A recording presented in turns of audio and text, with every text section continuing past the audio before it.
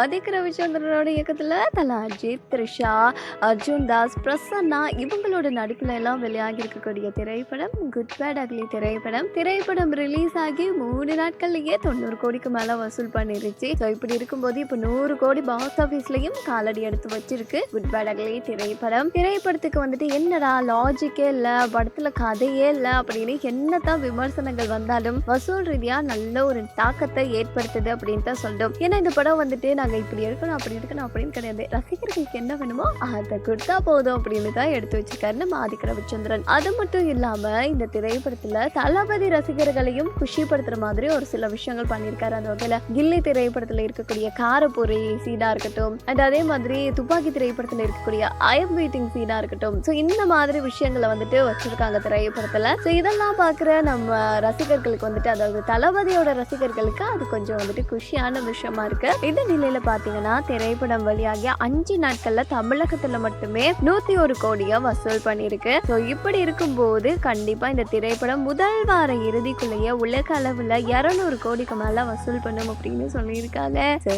Good bad ugly திரைப்படம் பார்த்துட்டீங்க, படம் எப்படி வந்திருக்கு, நீங்க நினைச்ச மாதிரி வந்திருக்கா, டீசர் ட்ரைலர் பாடல் எல்லாம் ரிலீஸ் ஆகி சூப்பரா இருந்துச்சு. ஸோ அது எல்லாத்தையும் திரைப்படத்துல பார்த்துட்டீங்களா, இல்ல அவ்வளோலாம் வரத்தில்ல அப்படின்னு நினைக்கிறீங்களா? உங்களோட ஒப்பீனியனை கமெண்ட்ல சொல்லுங்க. நம்ம தளபதி விஜய் இப்போ பார்த்தீங்கன்னா அவரோட கடைசி திரைப்படமான ஜனநாயகன் திரைப்படத்துல வந்து நடிச்சிட்டு வர்றாரு. இந்த ஒரு திரைப்படத்துல நம்ம தளபதி விஜய் கூட மமிதா பைஜோ, பாபி டியோல் அண்ட் அதே மாதிரி பிரியாமணி, பூஜா ஹெக்டே அப்படின்னு பலரும் நடிச்சிட்டு வராங்க. இந்த ஒரு திரைப்படத்தை எச் வினோத் தான் இயக்குறாரு. ரசிகர்கள் எல்லாரும் இந்த திரைப்படத்து மேல மிகப்பெரிய எதிர்பார்ப்பு வச்சிருக்காங்க. காரணம் தளபதி விஜயோட கடைசி திரைப்படம். ஸோ கடைசி திரைப்படம்னு சொல்லிட்டாலே அது ஒரு சம்பவமா இருக்கணும்ல, எல்லாரும் பேசணும். அவர் சினிமா விட்டு போனாலும் அவரோட கடைசி திரைப்படம் சூப்பர் ஹிட் அடிச்ச திரைப்படம் அப்படின்னு அந்த மாதிரி ஒரு திரைப்படத்துக்காக தான் வெயிட் பண்ணிட்டு இருக்காங்க. இந்த நிலையில பாத்தீங்கன்னா திரைப்படத்துல இருந்து அடுத்த அப்டேட் வந்து கொடுத்திருக்காங்க. சோ அந்த வகையில திரைப்படத்துல மியூசிக் யார் பண்ண போறா அப்படின்ற தகவல் தான் வெளியாகி இருக்கு. வேற யாரும் கிடையாது, நம்ம ஹனி தான். சோ ஹனி அண்ட் அதே மாதிரி ஹனுமானும் வந்து இணைஞ்சிருக்காரு அப்படின்ற தகவல் வெளியாகி இருக்கு. அனிருத் எந்த மாதிரி சம்பவம் இதுல பண்ண போறாருன்னு தெரியல, நம்ம வெயிட் பண்ணி பார்க்கலாம். அண்ட் ரசிகர்கள் எந்த அளவு ஜனநாயகனுக்காக வெயிட் பண்ணிட்டு இருக்கீங்க அப்படின்றதுக்கு சொல்லுங்க.